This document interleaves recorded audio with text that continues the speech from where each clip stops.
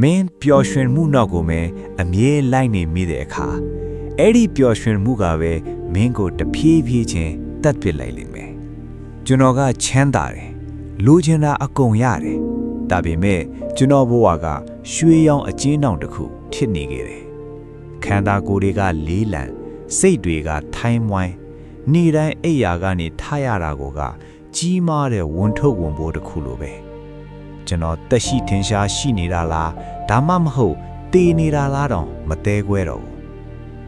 ဒီနေ့မှာတော့အဘွားကိုတူးကိုကူညီပေးလိုက်မိတဲ့အခါအဲ့ဒီစကားတခုံးကကျွန်တော်ကိုနိုးသက်စေတယ်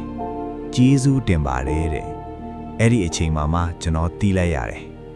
ဘဝရဲ့အထိပ္ပယ်ဆိုတာကိုယ်တိုင်အတွက်စားသုံးဖို့တသက်မဟုတ်ပဲတခြားသူတွေအတွက်အသုံးဝင်ဖို့ဆိုတာပါ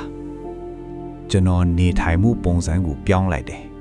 အစားအသောက်အိပ်ဆက်ခြင်းနဲ့တာဝန်ယူခြင်းဒီသုံးခုကိုဟန်ချက်ညီအောင်ထိန်းလိုက်တဲ့အခါကျွန်တော်ရဲ့တန်ကြေးတက်နေတဲ့နာရီကပြန်ပြီးအလုံးလို့လာတယ်စိတ်တွေကြီးလင်းလာတယ်တင့်ရဲ့ရွှေရောင်အချင်းတောင်ကနေထွက်လိုက်ပါအတိတ်ရွယ်ရှိတဲ့ဘဝတစ်ခုကိုဒီနေ့ပဲစတင်လိုက်ပါ